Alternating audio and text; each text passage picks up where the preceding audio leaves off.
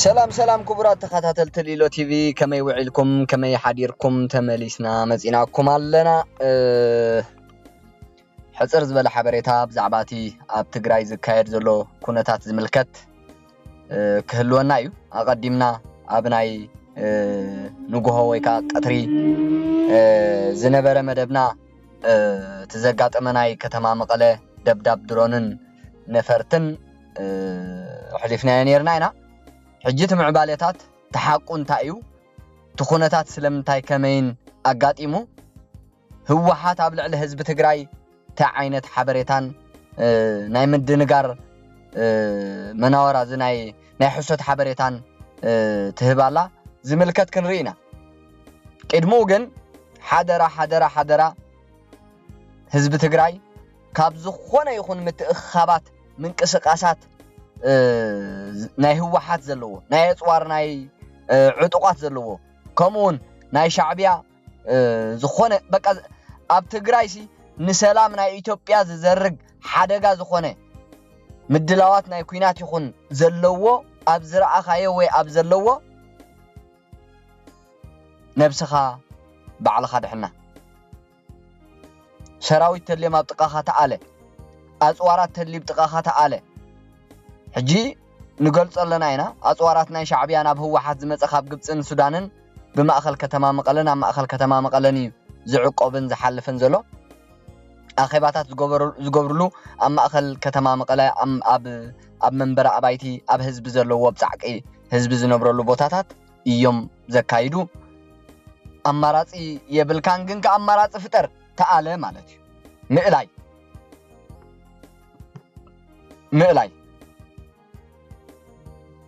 لومي نمني لك أخات موت لومي نمني لي تقراي أكالز قدل تقراي بملئتا سمايان مدران أب تحتي درونات ناي حيلا أير إثيوبيا إيو وملؤ الدوبات ناي تقراي مس إيرترازولو مأخل تقراي من قصقاسات ناي بهلاويان جنرالات هوحات نايت عطو سراويتهم أطوارات بمولو الله زبهال أب تحتي لوكيشن ناي درون ناي منقسي إثيوبيا يزولو جنب سخام دحان تراي بفلاي أزيو عبيت مكاين كوينن زستشافافنا ويكأذن لاندو كروزرات زخونة مالتنا حالفت مكاين ناي شعبيا زنقاسا قصولن لعلوت مرحتي ناي هو حاتم بهلاويان جنرالاتن نمد نغار تقوملن ناي انجوز مسلا مكاين بحاطيرو كاب 3-4 تدغاغام زنقاساقسلو بوتاتاتن كاوز بزحا مكاينن دحر داريخا نئلايو درون على مالتي با كقصلي انتو بغليص ابناي قطر مدبنا منغسي ኢትዮጵያ ኣብ ዝኾነን ኣብ ዝደለየን ሰዓትን እዋንን ኣብ ትግራይ መጥቃዕትናይ ድሮንን ናይ ኣየርን ክፍጽም ምሒሉ ጥሒሉ ግዴቱ ኢኻ ሰላሙን ምፍራስ ምስ ፋኖ ምስ ቀታለ ህዝብ ትግራይ ምስ ሻዕብያ ምስ ሓራደ ህዝብ ትግራይ መኺሩ ዘትዩ ውዒሉ ሓዲሩ ርክባት እናፈጸመ ትግራይ ብምልእታ ንዕኦም ሕሊፉ ንተጋሩ መንባር ከሊኡ ህወሓት نشعبيان نفانون قطاليا مبرحت ولعو قطاليا منصاف ولعو ان هالوي منغست فيدرال اي اب كمزي ابوتاس اصواراتنا شعبيان يرو اي اب كمزي ابوتاس حلفتنا شعبيان هو حاتن نيرم تايمو اما اخل حزب نديم كوينم مس حزب نديم كوينم يلخم حركه بعلو عد مسلطانو كحصر بعلو سلام ኢትዮጵያን ምዝራግ መንገድ خفطر اي تحسبوه ስለዚ ድሮን እቲ መጥቃዕታ ተተካይዶ መጥቃዕታ ኣብ ትግራይ ክቅጽል ኣይኮንና ነተምነ ዘለና ግን ከኣ ህወሓት ብትገብሮም ብዝፈጠረቶን ኢትዮጵያ ሰላማን ምዝራግ ዓይነት ኣካይዳ መጥቃዕቲ ድሮን ኣይቋርጽን ኣስተውዕል ህዝብ ትግራይ ናይ ድሮን መከላኸል ለና ፀረ ድሮን ዓጢቅና ኢና ካብ ሕጂ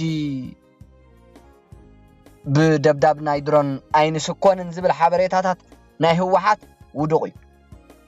بروباغندا ناي هوحات ناي كل تشحن 13 بروباغندا سمين إز خد كعنا جميرو من قسقاسات جيرو تخينات نص جميرو قال ملز بهال بعلان سمين إز هاريما هوحات سمين إز هاريما كوينات بعلات ويع حزب قطقط غيره ابغونا سليفاتو حزبي ስለዚህ ሕጅ ንሱ ይዘሎ ሻዕቢያ አሸንዳ ደብዳባት ከካይዲ ህወሓቱን ቆሞ ክትገብርያ እዚ ሕጅ ዝገብሮ ዘሎ አማኸል ህዝብ ምሕረኒ حرينوسي أبغونهم كسلف زقبرو زلوي صار درن زبال يلنا بتقرأ شعبيا صلوا اللي صار درن واحد سبا قبسي انت أصله زخونة تقرأيو صار درن تهب أي تحسبوه تقرأين حزب تقرأين من إسياتان نبرخ خون كلهم دليتهم إذا حيال حزبي إذا نكاس حزبي إذا تواقع حي حزبي إذا سعراي حزبي أب كبابينا خنبري بلون علامة من دليتهم مني هو حات شعبية قبسي فانو لازم نزدرد صار درن كوبو أي تحسبوه أبي اللي صار درن ده وعيلا حديرة درن اترف صار درن سي نابع قص زتكوس أصواراتون هو حتى بلا أي تداناغورو بخمسة تداناغر تقراوي تدعليها بصار درن اللوا هو حت جنكا نمنتهي أي تكوسة ندعي صار درن ملي بتقراي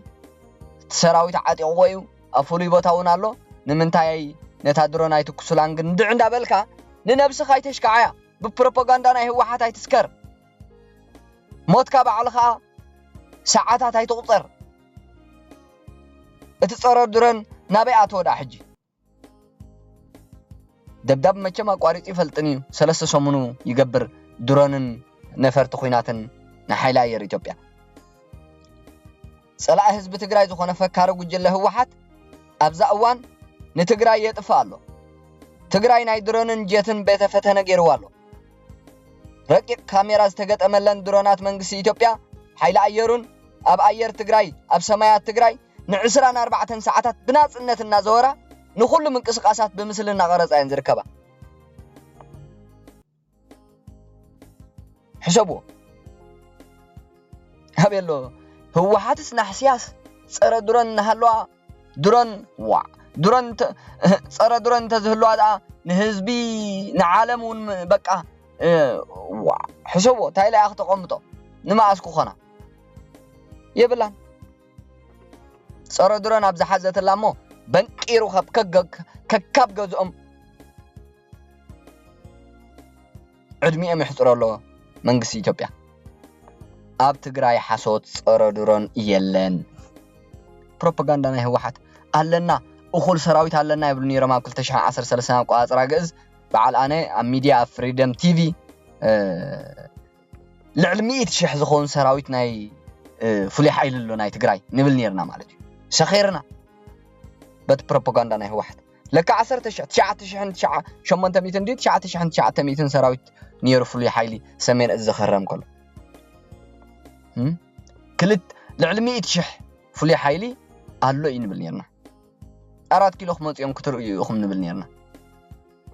تحرنا قالوا من سي هو حاز حزا سانت أحزا ورق من قدنا قبرت دولارات من قدنا قبرت قلا تنبين رباطات كذن وردت أما أخل بيت كريستيان أما أخل مساجدنا أما أخل عداقاتن حاولنا ولعت من اسي هج إلو خقادل جيراتو قبل على حزب تግራይ حوخ ناس جيرا وا سراويت زي بالله هوحات سراويت كوينوا 9,000 زنبره سراويت ناي هوحات 9,000 بصيحو مالتي حزب تግራይ بمولو من اسي تግራይ بمولو تقاديل ስለዚህ رقيق كاميرا استقطملن درونات ابز اوان እዚ ናይ መንግስቲ ኢትዮጵያ ሓይሊ ኣየሩን ኣብ ኣየር ኣብ ሰማያት ትግራይ ን24 ሰዓታት ብናጽነት እናዘወራ ንኩሉ ምንቅስቃሳት ብምስሊ እናቀረጹ እየን ዝርከባ ደብዳብ ተመኒወንስ በቃ ኣቤሎ ታርጌታት ሎኬሽን እናተኸላይ ይኸዳሉ ንጽባሕ ክጠቅመን ማለት ተነ ህዝቢ ትግራይ ደቁና መንጠለ መንባር ዝኸልእ ዘሎ ጉጅለ ህወሓት ጸረ ድሮን ዘይብሉ ኣለና እናበለ ብጃህራን ብፈኸራን ህዝቢ ትግራይ ክንዲ ካብ ሰማይ ዝናብ ዝጽበ ቁምብላታት ናይ ድሮን ይዘንበሎ ማለት እዩ እተን ድሮናት ኣብ ምልእቲ ትግራይ ክሊር ታርጌት ብጥንቃቐና ወቃዓ ኣብ ዝርከባሉ እዋን እቲ ምስ ቴክኖሎጂ ሕለፍያ ዝኾነ ናይ ህወሓት ጉጅለ ግን ገና ብዓንዲ ሕቆ ብዘይብሉ ፈኸራ ይሕደሳሎ ማለት እዩ ኣብ ሸራሮ ሸረሪና መረዋ እንደርታ ክልተውላዕሎን መቐለን ኣብዚ ቦታታት ዝሕሰብዎ ኣብ ሸራሮ ዘጋጠመ ኣብ ልዕሊ መንእሰያት ምስ ጽዋር ጽዒናቶም ማዕልያ ዘይብሎም መንእሰያት ንሱዳን ክለኣኹ ኣብ ሸረሪና እውን ኣብ መረዋ ኣብ እንደርታ ክልተውላዕሎ መቐለ በብግዚኡ ኣብ ዝተፈጸሙ ናይ ድሮን ደብዳባት ኣብ ትግራይ ደገፍቲ ተደውሕር ጉጅለ ዝድርድርዎ ዘለው ናይ ሓሶት ምኽንያታት ወይ ከዓ ዝፍክርዎ ዘለው ወይ ከዓ ንህዝቢ ትግራይ ንምድንጋር ዝጥቀምሉ ዘለው ሜላታት ግን ታይብሉ እታ ዝደብደበት ድሮን ናይ ቻይና ስራሓት ቻይና ስለ ዝኾነትሲ ሃየ ምስ ቻይና ዘለና ናይ ነዊሕ እዋን ዲፕሎማሲያዊ ዝምድና ከይባላሸወና ኢልና ክንወቕዓ አይደለና ንብሎ እንዳህወሓት حسبوا أب قدامي زوريا دبداب صر درون تግራይ فريحة زهدمت درون أب كلاي زوريا تمليس دبديبا تقدامي فريحة هاديماسي أب كلاي زور ግን تمليس دبديباتنا صر درون تግራይ كساب حجي أب سراح زي وعلى مخنياتسي እቲ ስትራቴጂክ ናይ ጽምዶ መጥቃዕቲ ገና ስለ ዘይ ተጀመረ እዩ እዚ ሁሉ ናይ ምድንጋር ወረኢ ናይ ህወሓት ካልኦኸ ጸረ ድሮን ዘይትኮስ ዘሎሲ ሃየ እቲ ሓበራዊ ኮሚቴ ናይ ጽምዶ ውሳነ ስለ ዘይ ሕለፈ እዩ ሕጅን ተጀሚርና እቲ ውግእ ጠጠው ስለ ዘይ ይብል እዩ ኣብ ዝብል ንህዝቢ ትግራይ ንምትላል ይጠቅመና ኣብ ዝበልዎ መናወራ ኩምራ ሓሶት ተጸሚዶም ውዒሎም ይሓድርለው ካድረታት ህወሓት ጀነራል ባህላውያን ጀነራላት ህወሓት ባዕላ ህወሓት ውን ማለት እዩ ኣስተውዕል ህዝቢ ትግራይ ቀዳማይ ኣብ ትግራይ ከምኡውን ኣብ ኢትዮጵያ ዘሎ ሓቀኛ ኩነታት ምግንዛብ ከድሊ ንሓደ 130 ሚልዮን ህዝቢ ዝመርሕ መንግስቲ ንዓኻ ቀቢረኤ ህልውና ይዘረጋግጽ ምዕራብ ይኹን ተፈናቀልቲ መሊስካለ ኢለ ኣይሓድገካን ኢልካ ምዕንዳር ቁሉዕ ኣዋጅ ውጊ እዩ بالعلى 55 مليون ህዝብ ዝተመረጸ ስትራቴጂያዊ መሓዛ ኣሜሪካን እስራኤልን ዝኾነ ብከም ሕብራት ኢማራት ዓረብ ዝበላ ሃብታማትን ምዕቡላትን ሃገራት ዝድገፍን ኣብ ቀርና ኣፍሪካ ሓላው ዘባው ሚዛን ዝኾነ መንግስቲ ክቀብረካ እናበልካ ምፍካር ብባዕሉ ኣብ ዝባንካ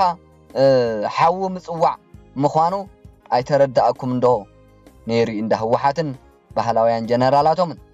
ካላይ ናይ ውግእ ሳዕቤንን ናይ ሓሶት መጎተን ኣብ ጉጅለ ህወሓት ድሕሪ ኣዋጅ ውግእ ናይ ሞራልን ሕግን ክርክር ምፍታን ከንቱ ዕሽነት ጉጅለ ህወሓት ጥቅዓትን መጉዳእትን ህፃናት ንፖለቲካዊ ሸቐጥ ክጥዕመኩም ዳእምበር ኣብ ትግራይ ውግእ እንተ ተወሊዑስ እንታይ ከም ዝስዕብ ካብ ዝሓለፈ ናይ ትግራይ ተመክሮ ካብ ዩክሬን ቃዛን ካብ ሩስያን ሱዳንን ከምኡውን ካብ ኦሮሚያን ኣምሓራን በቀሊሉ መምሃር ምተኻእለን ይሪ ፈኸራ ህወሓት ግን ልክዕ እንደገና ኣብቲ ናይ 2013 ዓመተ ምህረት ኣቋጽራ ግዝ ቦታ ያዘላ ባዶ ጃህራ ምእንተታ 130 ሚልዮን ህዝቢ ዝሓዘት ኢትዮጵያ ክበሃል ትግራይ ፍሒት ከይበለት ብቅልጽምን ምኽርን ዓበይቲ ሃገራት ክትዳቀቅ ከም ትኽእል ሕሰቡ ሳልሳይ ናብ ልቦና ምምላስ ትግራዋይ بملؤ حزب تግራዋይ መንእሰይ ብፍላይ ምሁራት ኣካላት ፖለቲከኛታት ናይ ሚዲያ ሰባት ናይ ሕግ ክእለት ዘለኩም ወተሃደራዊ ብቕዓት ዘለኩም ኣብቲ ውትድርና ኣፍልጦ ዘለኩም ነቲ ኩነታት ናይ ከባቢና ብቐረባት ካተሉን ትትንትኑን ልብ ምግባር ምስ ሓቅ ምትዕራቅ ናብ ልቦና ኻውን ምምላስ ምንም መከላኸሊ ይኹን መጥቃዓይ ቴክኖሎጂ ከይሓዝካ ኣብ ልዕሊ ዓለም ዝጥምታ ዓባይ ሃገር ምፍካር መዓት እምበር ዓወታ የምጻልካ ፖለቲካ ቁርብ ዝርድኦ ሰብ ምዃን የድሊ ማለት እዩ ማሕበረሰብ ዓለም ውልቀ መላኺ ኢሳያስ አፈወርቂ ወይ ሽፍታ ሻዕብያ ዝዝውሮ ቀርና አፍሪካ ክርኢ አይደልን ኮሙኒስት ኢሉ ዝኣምና ህወሓት ህይወት ክትዘር አይፈቅደላን ፋኖ ዝበሃል ሓራድን ድሑርን ቀታሊን ዓማፅን ሓይሊ ናብ መንበር ስልጣን ክመጽእ አይፈቅደሉን ዓለም ማሕበረሰብ ዓለም ትዝገደደ ድማ ህወሓት ባዕላን መጻምታን አያምንዋን እዮም ራብዓይ ናይ መወዳእታ መልእኽቲ ህዝቢ ትግራይ ብፍላይ ድማ መንእሰይ ትግራይ መንገዲ ህወሓት ኮንን ኣብ ክንድቲ ኣብቲ ስዒቡ ዝመጽእ ናይ ጥፍኣት ዝርዝር ዘተኮርካ ውግእ ከይለዓልን ሰላም ብዝርርብ ክመጽእን ስራሕ ውግእ ኣብ ትግራይ ስለ ዝበጽሐ ጥራሕ ባህሪኡ ቀይሩ ካብ ናይ ሱዳን ዩክሬን ቃዛ ወይ ኣምሓራ ዝተፈለየ መልክዕን ውጽኢትን ኣይህልዎን ሕግን ናበልካ ናይ ሞራል ሞጎት ምቕራብ ንፕሮፓጋንዳ መጥቀሚ እንተዘይኮይኑ ዝልወጥ ነገር የለን ሕዝካ ዝጠፍእ ናይ ዓርሰ ቅትለት ተታሒዝና ንጥፋእ ፖለቲካ ህወሓት ተርእስካ ውጽኢት ናይቲ ረማስ ሕርያ ህወሓት ኣይትብከ ኣብ መሰረታዊ መንቀሊ ኣተኩር ኣብ ሳዕቤናት እናተንጠልጠልካ ኣይትታለል ወይ ኣይተጭበርብር ፍልፍል ህልቂትካ ህወሓት ያ ህዝቢ ትግራይ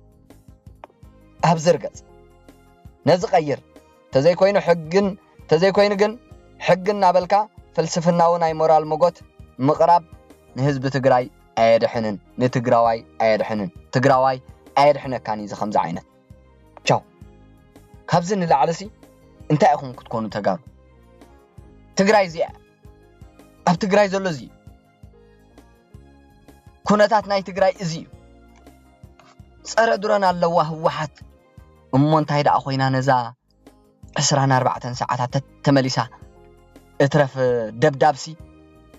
ክትስእል እናወዓለት ሎሚ መጽያ ከይተኮሰት ከይዳስ መጽያ ነራ ከይተኮሰት ከይዳ ይብሉ ለኮሽና ቀሚጣ ከይዳ ስእልታት ስኢላ ከይዳ ዘድልያ ቦታ ጽኒዓ ከይዳ ቅኒ ኢላ ድሕሪ ሰለስተ ድሕሪ ራብዕቲ ድዋዕዋዕ ተብሎት ዝሰኣለቶን ዘድልያ ቦታን ወይ ከዓ ምንቅስቃስ ዝረኣየትሉ ትቦታት ለኮሽን ተቀምጠሉ 4 ኪሎ ኮፊሊ ካተሎ ዝኾነ ኣስጋእ ኩነታት ምስ ረኣያ ከዓ ተላዒሉ ብቅጽበት ኣብኣ ቁምብላ ይቀምጥ ማለት እዩ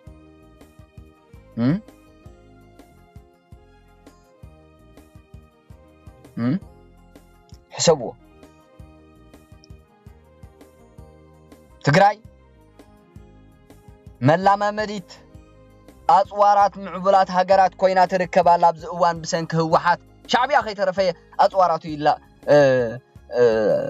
ዝዓከሰ ኣጽዋራቱ መላማ መዲት ይጥቀመሉ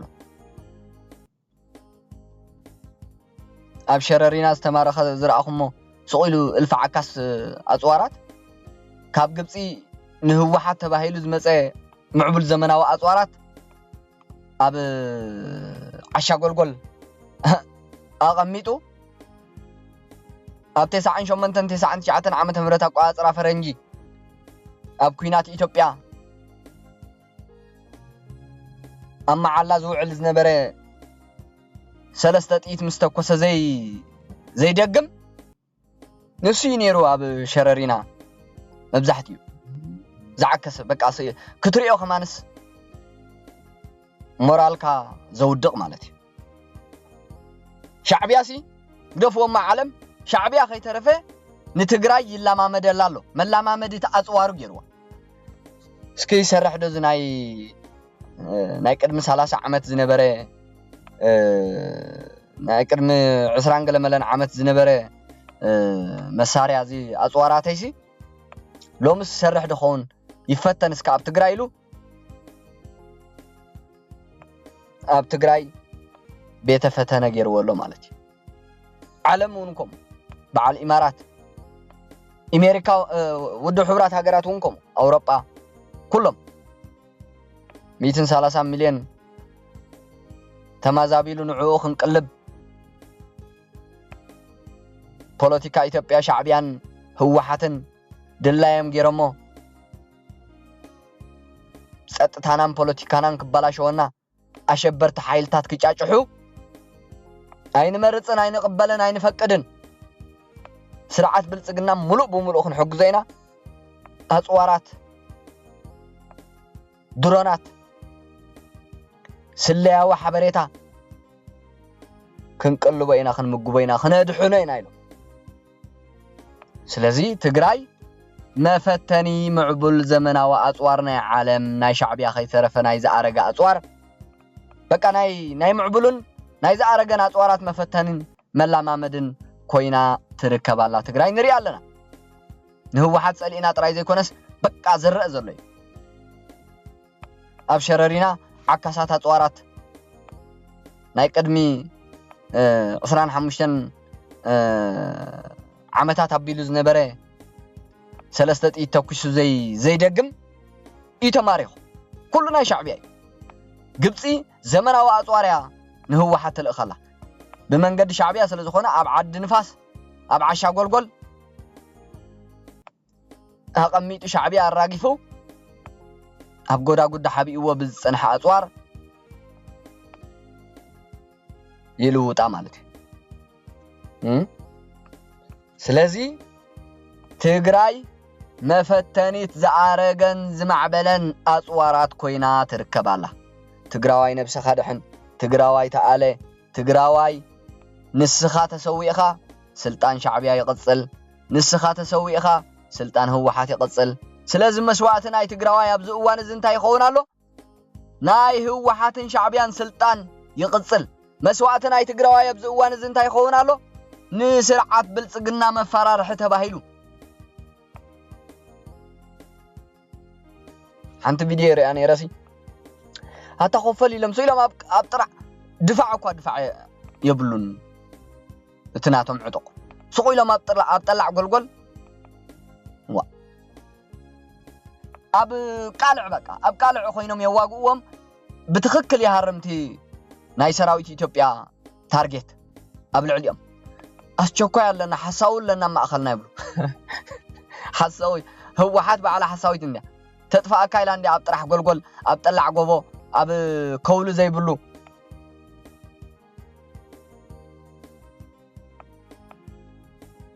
زحزحاتك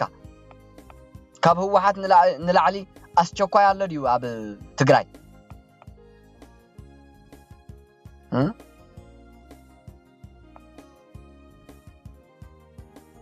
كتدفع كايلا أب كول زبهال زخون الدفاع مكالاخل زبهال أب زي بالسقيلات أتوك أسشوكوا ناي سألأي هوحات يا أب تجراي بقى توديا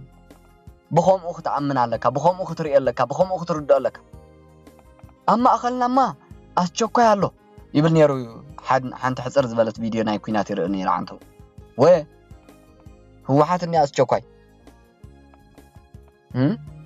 نزيع متنتان تسؤنو نزيع مردات تسؤنو كتواقع كتواقع سي بيانس نزا رأسخا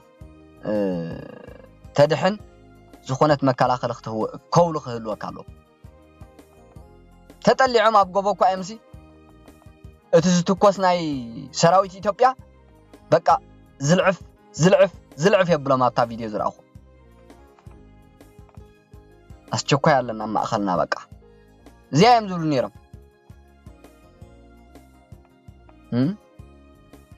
ስለዚ ህወሓት አስቸኳይ ኣብ ሰራዊት ዝርአ ዘሎ ማለት እዩ ንምጥፋእ መንእሰይ ትግራይ 50 እንድሕር በዛ ጎቦ እዚኣ ብዝኾነት ጎቦ እንድሕር ደኣ 50 መንእሰይ ጠፍዮም ጽባሕ በታ ሓንቲ ጎቦ 150 ተጥፍእ ህወሓት ስኽፍ አይብላ حمم አይትብልን ካብ ሻዕብያን ግብፅን ዝረኸበታ ኣጽዋራት እንድሕር ደኣ ተማሪኹን ዓኒን ግን ከምዚ ናይ ሎም ማዓንቲ ትቁንዞ ሎም ዝነበረ ኣብ መቐለ ታይ ኮይና ዲያ ህፃናት ኣዴታት ስድራ መልእቲ ተጨፍጭፎም ኢላ ዋይ ትብል ዝነበረት ብዝግባእ ታርጌቱ ዝሃረመ ኣጽዋራታን ገላ ኣካላት ደሓን ጌጋ ሓበሬታውን ከይከውን ብዝግባእ ስለ ዝተቐጥቀጠት እንተ ተቐጥቂጣ ህወሓት ህዝቢ ትብል اب سيفل طرا علي بتزخون نيرو دحر بعلم وانت زاريبهم له نطارسي بنطار نايت دبدابسي مقدعت زبصحم سدرا بيتات لا تلفزيون تግራይ ذا ናይ ህወሓት ድወት FM መቀለ 104 ዲ ገለመለ ዝበሃል ዘምጽዎ ዜና እንተሪኹም ብፍንጣር ናይ ተደብዳብሲ መጥቃዕቲ ዝበጽሖም አካላት ወገናት ኢሎም አምጽዮም እቲ ቀንዲ ሸቶ ግን ኣብዚ ግባእ ሃሪሙ ማለት እዩ ሶ እዚ ዝመስል ሓበሬታና ክቡራት ተኸታተልቲ ሊሎ ቲቪ ሰላም ህዝቢ ትግራይ ሰላም ይስእናሎ ሕጁን ሰላሙ ዘውሕስ ህዝቢ ትግራይ እዩ ካብ ዝኾነ ምንቅስቃስ ምትእኽኻባት ናይ ዕጡቃትን አጽዋራትን ናይ ህወሓት ነፃ ምዃን ማለት እዩ መልእኽትና እዚ ስለዚ ሰላም ይፍጠረሉ ህዝቢ ትግራይ ሰላም ንህዝቢ ኤርትራ ንህዝቢ ኢትዮጵያ ንመላእ ከባቢና ንህዝቢ ዓለም ደሓን ጽንሑ